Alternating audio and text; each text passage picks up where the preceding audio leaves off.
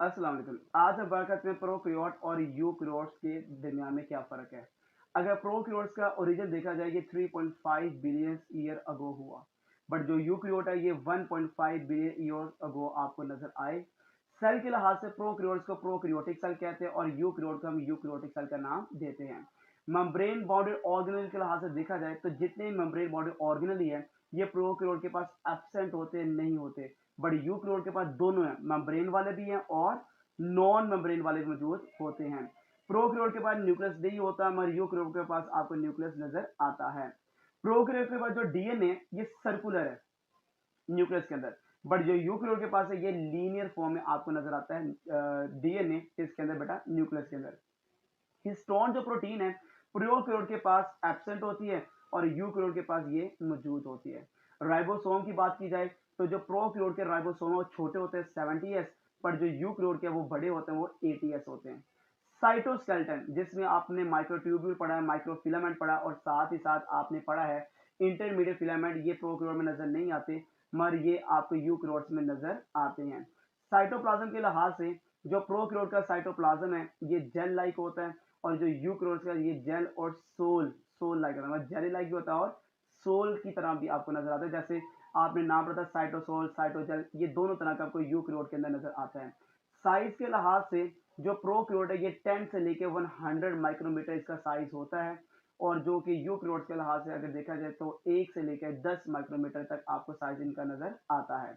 अब बात करते हैं बाइंडरी फिशन के लिहाज से जो सेल डिवीजन है, सेल डिवीजन अगर देखा जाए तो प्रोकैरियोट में बाइंडरी फिशन होती है और यूकैरियोट्स में माइटोसिस और मियोसिस दोनों की दोनों आपको नजर आती है।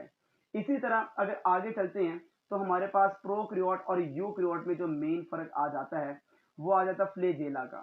जो प्रोकैरियोट के पास फ्लैजेला है वो फ्लैजेलिन प्रोटीन से मिलकर बनता है और यूकैरियोट का जो फ्लैजेला है वो ट्यूब्यूलिन प्रोटीन से मिलकर बनता है। प्रोकैरियोट के पास पिलाई मौजूद नहीं होता, सॉरी पिलाई मौजूद होता है, सॉरी गलत हो गया। यूकैरियोट के पास पिलाई मौजूद नहीं होता, जैसे आपने बैक्टीरिया का नाम सुना होगा उनके पास मौजूद नहीं होता। एटीपी की बात की जाए तो प्रोकैरियोट में 38 एटीपी बनती है क्योंकि माइटोकॉन्ड्रिया नहीं है, तो माइटोकॉन्ड्रिया ना होने की वजह से यहाँ पे यूज ऑफ एटीपी 2 का नहीं होता और जहाँ पे माइटोकॉन्ड्रिया मौजूद है वहाँ पे एटीपी का यूज होता है। इसलिए इनके पास 36 एटीपी बनती है पूरी सेलुलर रेस्पिरेशन के बाद ग्लाइकोलाइसिस, इसी की तरह आप कह लें कि क्रेब्स और इलेक्ट्रॉन ट्रांसपोर्ट चेन वगैरह। कीमियोस्मोसिस सेल मेम्ब्रेन पर होती है, इसकी माइटोकॉन्ड्रिया में होती है यूकैरियोट की।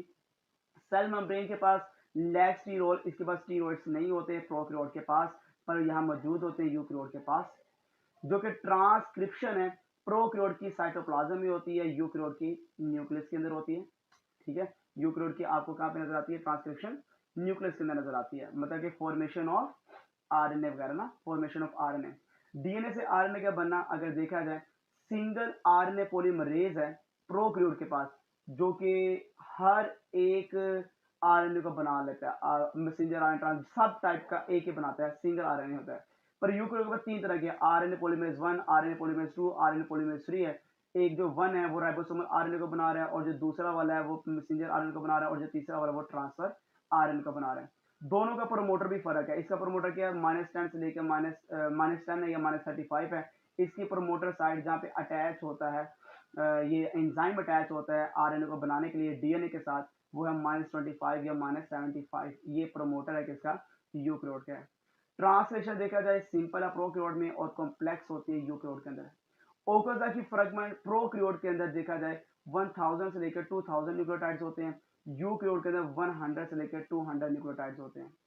सेल वॉल की बात की जाए तो प्रोकैरियोट की सेल वॉल पेप्टाइडोग्लाइकॉन या म्यूरिन कहते हैं जो बैक्टीरिया को बनाते हैं और इस कंप्लीट ह्यूज मॉलिक्यूल को हम सेकुलस का नाम देते हैं।